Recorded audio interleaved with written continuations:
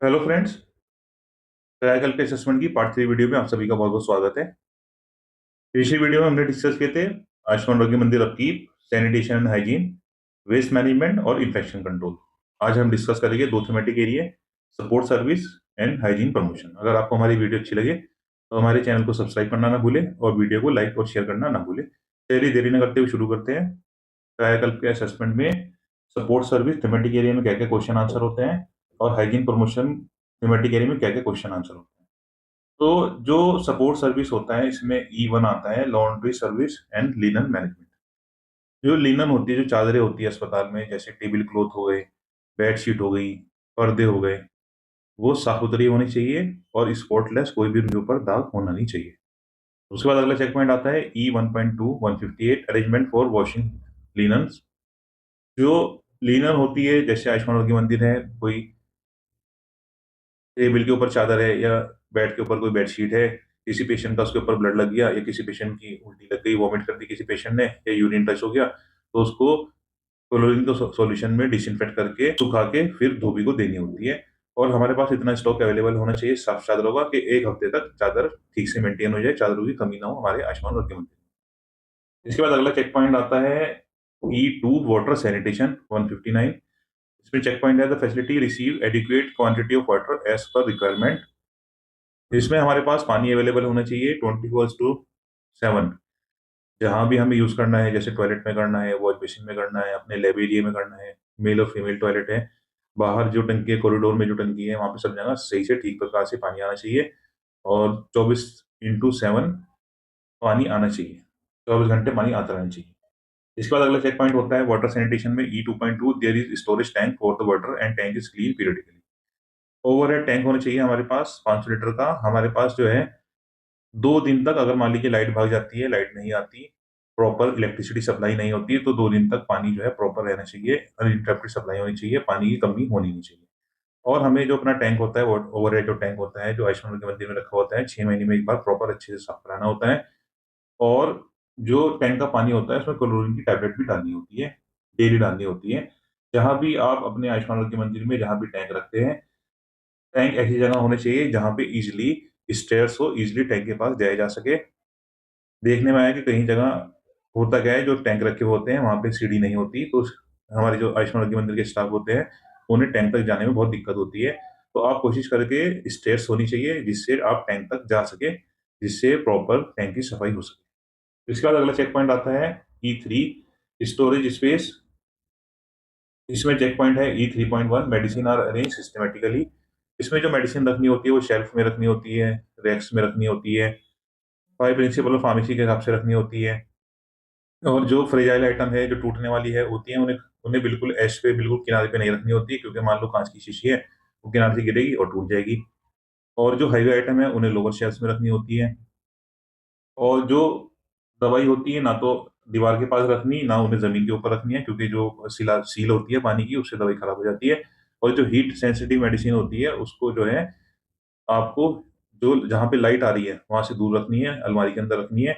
और जहां भी आप मेडिसिन स्टोरेज एरिया होता है, वहां पे सनलाइट आनी नहीं चाहिए। अगर मान लीजिए आपकी खिड़की है, खिड़की में प्रॉपर डार्क कलर के पर्दे होने चाहिए, और अगर उसमें शीशे लग रहे हैं तो शीशे फ्रॉस्टेड होने चाहिए और डार्क कलर करा देने चाहिए आपको, जिससे लाइट अंदर ना आए, मेडिसिन आपकी खराब ना हो। 5 प्रिंसिपल ऑफ फार्मेसी और मेडिसिन कैसे स्टोर करते हैं, इसके ऊपर मैंने एक वीडियो बना रखी है। 5 प्रिंसिपल ऑफ फार्मेसी के ऊपर हमारे चैनल पर अवेलेबल है, आप देख सकते हो, पूरी डिटेल मिल जाएगी आपको, आपको अपने आयुष्मान के मंदिर में मेडिसिन कैसे रखनी होती है। इसके बाद अगला चेक पॉइंट आता है E3.2 cold storage equipments are clean and managed properly. जो फ्रिज होता है और जो आइस पैक है, वो सब साफ होना चाहिए, फ्रिज साफ होना चाहिए। फ्रिज की प्रॉपर लॉग बुक मेंटेन करनी है, 2 डिग्री सेंटीग्रेड से 8 डिग्री सेंटीग्रेड डिफ्रोस्टिंग करनी है फ्रिज की, थर्मामीटर उसके अंदर होना चाहिए। फ्रिज के अंदर कोई भी खाने पीने का सामान नहीं रखना, उसके अंदर जैसे आपको टीडी रखनी होती है, ARV रखनी होती है, जो मेडिसिन होती है, जो कोल्ड उसमें रखी जाती है वो रखनी है, किट्स रखनी होती है, जो डायग्नोस्टिक किट होती है, तो वो सब आपको फ्रिज के अंदर रखनी होती है। कोई भी खाने पीने का सामान रखना नहीं होता फ्रिज के अंदर। इसके बाद अगला चेक पॉइंट आता है E4 housekeeping service, routine cleaning of the facility at least once in a day. Ayushman Arogya Mandir में लगभग, वैसे तो एक बार सफाई होती है प्रॉपर, अगर आप 2 से 3 बार भी सफाई करा लेंगे अपने आयुष्मान आरोग्य मंदिर में तो अच्छा रहेगा। उसमें ड्राई मॉप भी करना है और वेट मॉपिंग भी करनी है। ये चीज ध्यान देने की है कि जब आयुष्मान आरोग्य मंदिर में सफाई होती है, झाड़ू से सफाई नहीं करनी होती, जो ड्राई पोछा होता है उससे सफाई करनी होती है। और 2 बकेट सिस्टम से सफाई करनी होती है। एक बकेट में डलता है क्लोरीन का पानी, 1% क्लोरीन का सॉल्यूशन बन के डलता है और इसमें सादा पानी होता है। और अस्पताल में सफाई भी करानी होती है साबुन के पानी से और डिटर्जेंट के पानी से, उससे साफ-सफाई अच्छी हो जाती है आयुष्मान आरोग्य मंदिर में। इसके बाद अगला चेक पॉइंट आता है E5 आउटरीच सर्विसेज। इसमें चेक पॉइंट है E5.1 biomedical waste generated during outreach session are transported to the centre on the same day. जो आउटरीच सेशन होते हैं, जैसे जो हमारी एएनएम बहन जी होती है जो टीकाकरण करती है आउटरीच पर, जो उसमें बायोमेडिकल वेस्ट जनरेट होता है वो सेम डे हमारी जो ब्लॉक सीएचसी होती है वहां पर चले जाना चाहिए और प्रॉपर उसका सेग्रीगेशन होना चाहिए। और जो आपकी अगर सेंटर पे बायोमेडिकल वेस्ट डेवलप हो रहा है, जनरेट हो रहा है आपके आयुष्मान के मंदिर में, तो जो वेस्ट हैंडलर होते हैं जो सिनर्जी बायोमेडिकल वेस्ट से आते हैं, वो हर दूसरे दिन आने चाहिए और बायोमेडिकल वेस्ट आपके आयुष्मान के मंदिर से उन्हें लेके जाना चाहिए। इसके बाद अगला चेक पॉइंट आता है E5.2 reporting basin monitor cleanliness and hygiene of outreach session and the centre. जो पीएससी में हमारे पीएससी के इंचार्ज होते हैं, सीएससी के इंचार्ज होते हैं ब्लॉक के, वो भी ध्यान करते हैं आयुष्मान के मंदिर पर कि प्रॉपर साफ सफाई है या नहीं है। तो जो हमारे पीएससी के ब्लॉक पीएससी के जो इंचार्ज होते हैं, हमारे एमआईसी है, वो प्रॉपर ध्यान देते हैं कि आयुष्मान आरोग्य मंदिर में सफाई हो रही नहीं हो रही है। और जहाँ पर आउटरीच सेशन हो रहे हैं, जैसे आंगनबाड़ी सेंटर पर हो रहे हैं, कहीं भी आप आउटरीच सेशन कर रहे हैं वीएचएनडी के या फिर पेशेंट सपोर्ट ग्रुप की कोई मीटिंग कर रहे हो, तो वहाँ पे प्रॉपर साफ सफाई रहनी चाहिए, क्योंकि गंदगी रहने से बीमारियां फैलती हैं। इसके बाद हमारा थीमेटिक एरिया आता है हाइजीन प्रमोशन। हाइजीन प्रमोशन में F1.1 है patient are made aware of their responsibility of keeping the health facility clean. जो पेशेंट के एक तो अधिकार होते हैं, एक पेशेंट की ज़िम्मेदारी होती है। पेशेंट की ज़िम्मेदारी ये होती है कि वो जैसे जो हमारे आयुष्मान आरोग्य मंदिर की जो सीएचसी है, उन्होंने जो उन्हें मेडिसिन बताई है, वो प्रॉपर जिस तरह से मेडिसिन बताई है, उसी तरीके से ले। अगर 3 दिन के लिए बोली 3 दिन ले, 5 दिन के लिए बोली तो 5 दिन ले, उससे ज़्यादा ना ले। दूसरी ज़िम्मेदारी होती है पेशेंट की कि जो आयुष्मान आरोग्य मंदिर है, उसको साफ-सुथरा रखे, साफ-सुथरा रखने में बहुत ज़्यादा ख्याल रखे, बिल्कुल भी गंदगी ना फैलाए आयुष्मान आरोग्य मंदिर में। उसमें एक एक्ट होता है, कोर्ट एक्ट होता है, उसकी आईसी भी आपको लगानी होती है, अस्पताल के अंदर भी और अस्पताल के बाहर भी। अगर कोई पान खाता हुआ या बीड़ी सिगरेट पीता हुआ पाए गए, तो उनके ऊपर जुर्माना लगाना होता है ₹200 का। इसके बाद अगला चेक पॉइंट आता है patient rights and responsibility are displayed. ये मैंने आपको बता दिया पेशेंट के अधिकार और पेशेंट की ज़िम्मेदारियाँ, उसकी आईसी आपको लगानी है आयुष्मान आरोग्य मंदिर के बाहर।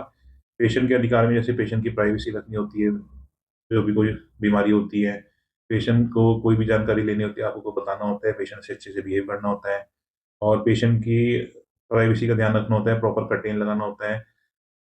और अगर कोई फीमेल पेशेंट आ रही है, मेल सीएचओ है, तो एक फीमेल स्टाफ प्रेज़ेंट होने चाहिए। ये सब पेशेंट के अधिकार में आते हैं। इसके बाद अगला चेक पॉइंट आता है इन्फॉर्मेशन, एजुकेशन एंड कम्युनिकेशन। जो आईसी होती है, आईसी की फुल फॉर्म होती है इन्फॉर्मेशन, एजुकेशन एंड कम्युनिकेशन। इसमें जो हाइजीन प्रैक्टिस होती है, जैसे हैंड वॉशिंग के स्टेप है, 6 स्टेप, वो आपको लगाने हैं अपने आयुष्मान आरोग्य मंदिर में और लोकल लैंग्वेज में लगाने हैं। लोकल लैंग्वेज से होता है क्या, पब्लिक आराम से समझ लेती है, गाँव के लोग समझ लेते हैं। अगर आप इंग्लिश में लिखोगे, तो काफ़ी सारे लोग मान लीजिए इतने पढ़े लिखे नहीं होते, तो ठीक से पढ़ नहीं पाते। जैसे आपको पानी की साफ-सफाई के बारे में, पानी वेस्ट ना करें और टॉयलेट को कैसे इस्तेमाल करें, तो ये सब चीज़ें सारी जो आईसी होती है, सब लोकल लैंग्वेज में होनी चाहिए। इसके बाद अगला चेक पॉइंट आता है F2.2 IC regarding Swachhata Abhiyan is displayed within the facilities promises. जो स्वच्छता अभियान की आईसी होती है, साफ सफाई रखने की जो आईसी होती है, वो सभी की सभी लोकल लैंग्वेज में होनी चाहिए, हिंदी में होनी चाहिए। इसके बाद अगला चेक पॉइंट आता है leadership and team work F3.1 staff work as a team to improve sanitation hygiene of the facility. जो हमारे आयुष्मान आरोग्य मंदिर के स्टाफ होते हैं, जैसे सीएचओ हो गए, एएनएम एनजी हो गई, हमारी आशा एनजी हो गई, एमपीडब्ल्यू हो गए, संगिनी हो गए, उनको प्रॉपर टीम बना के अस्पताल की साफ सफाई का ध्यान रखना होता है और हाइजीन मेंटेन करना होता है। इसके बाद अगला चेक पॉइंट आता है F3.2 roles and responsibility of different staff member have been assigned and communicated. जो हमारे जो भी सारे स्टाफ होते हैं आयुष्मान आरोग्य मंदिर के, उन्हें सभी को अस्पताल के आयुष्मान आरोग्य मंदिर के साफ-सुथरा रहने में बहुत ज़्यादा ध्यान देना है। कोई भी मान लीजिए झाड़ी नहीं होनी चाहिए, कोई जंगली पेड़-पौधे नहीं होने चाहिए, कोई नाला का ओवरफ्लो नहीं होना चाहिए, उसकी सफाई का ध्यान रखना है। अस्पताल के बाहर कोई नाले का ओवरफ्लो ना हो, उसकी साफ-सफाई का ध्यान रखना है। मच्छर ना हो, मच्छर के लिए मच्छर जाली लगानी होती है बाहर, जिससे मच्छर ना आए आयुष्मान आरोग्य मंदिर में। और इसके बाद अगला चेक पॉइंट आता है F4 training and capacity building and standardization. F4.1 है biomedical waste management training has been provided to the staff जो हमारे आयुष्मान आरोग्य मंदिर के स्टाफ होते हैं, सीएचओ, एएनएम, एमपीडब्ल्यू, संगिनी, आशाएँ होती हैं, उनकी हर महीने बायोमेडिकल वेस्ट मैनेजमेंट की ट्रेनिंग करनी होती है कि कौन-सी बकेट में हम क्या डालते हैं। जैसे हम रेड में हम लचीला सामान डालेंगे और जैसे पीले में एक्सपायर्ड दवाई डालेंगे और पसीला सामान डालते हैं, और जैसे जो ब्लू पंचर प्रूफ कंटेनर होता है, उसमें साबुत काँच, टूटा काँच डलता है, और जो व्हाइट होता है पंचर प्रूफ कंटेनर, उसमें सफेद से सुई होती है जो शार्प होता है, जैसे ब्लेड हो गया, स्कालपेल हो गए और नीडल हो गई, वो सब व्हाइट में जाता है। इसके बाद अगला चेक पॉइंट आता है 4.2, infection control training has been provided to the staff. इसमें इन्फेक्शन कंट्रोल ट्रेनिंग डिस्ट्रिक्ट से भी करानी होती है, आयुष्मान आरोग्य मंदिर की सभी स्टाफ की, और अपने जो आयुष्मान आरोग्य मंदिर स्टाफ होता है उनके उनकी एक मीटिंग होती है, एक कमेटी होती है उनकी, इन्फेक्शन कंट्रोल कमेटी होती है, उसकी भी हर महीने मीटिंग करनी होती है। इन्फेक्शन कंट्रोल में जैसे वही हो गया, 5 movement of hand washing washing हो गए, 6 स्टेप ऑफ हैंड वॉशिंग हो गए, और पीईपी हो गया, एंटी इंजरी हो गया, पीपी कैसे पहननी है, डोनी डोपिंग कैसे करना है, स्पिल कैसे मैनेज करना है, मर्करी स्पिल कैसे मैनेज करना है, तो ये सब चीज़ें आती है इन्फेक्शन कंट्रोल प्रैक्टिस में। इसके बाद अगला चेक पॉइंट आता है F5, staff hygiene and dress code. Dress code policy होनी चाहिए हमारे आयुष्मान आरोग्य मंदिर में। ड्रेस कोड पॉलिसी में जैसे जो सीएचओ होते हैं वो अप्रैल में रहते हैं, एएनएम बहन जी की ड्रेस होती है व्हाइट, अ, व्हाइट सूट होता है, व्हाइट सलवार होती है, व्हाइट शर्ट, व्हाइट सलवार, और हमारी जैसे आशा बहन जी उनकी भी ड्रेस होती है, एमपीडब्ल्यू की भी ड्रेस होती है, संगनी की भी ड्रेस होती है, और सभी के पास आई कार्ड होने अवेलेबल होने चाहिए, और सभी के पास I card and name plate available होनी चाहिए। इसके बाद अगला चेक पॉइंट आता है F5.2, आज की वीडियो का लास्ट चेक पॉइंट है हमारा पार्ट 3 वीडियो का। There is regular monitoring of hygiene of staff. इसमें जो हमारे आयुष्मान आरोग्य मंदिर के सारे स्टाफ होते हैं, जो हमारे सीएचओ होते हैं, एएनएम होते हैं, उनको सबको ध्यान करना होता है सीएचओ को, कि जैसे एएनएम बहन जी है, आशा है हमारी, एपीडब्ल्यू है, संगिनी है, उनकी सबका ड्रेस का ध्यान करना होता है कि सब जो सारी जो स्टाफ है वो प्रॉपर अच्छी ड्रेस में रहे, साफ-सुथरी ड्रेस में रहे, और सही से हाइजीन मेंटेन करके रखना है, साफ-सफाई मेंटेन करके रखनी है, अपनी भी साफ-सफाई मेंटेन करके रखनी है, और अपने आयुष्मान आरोग्य मंदिर की भी। तो आज मैंने आपको बताया 2 थीमेटिक एरिया, सपोर्ट सर्विस और हाइजीन प्रमोशन, ट्रायकल असेसमेंट की पार्ट 3 वीडियो में। अगर आपको हमारी वीडियो अच्छी लगी तो हमारे चैनल को सब्सक्राइब करना ना भूलें, और वीडियो को लाइक और शेयर करना ना भूलें। पार्ट 4 वीडियो जल्दी बनेगी बियॉन्ड हॉस्पिटल बाउंड्री के ऊपर। सभी को मेरा धन्यवाद।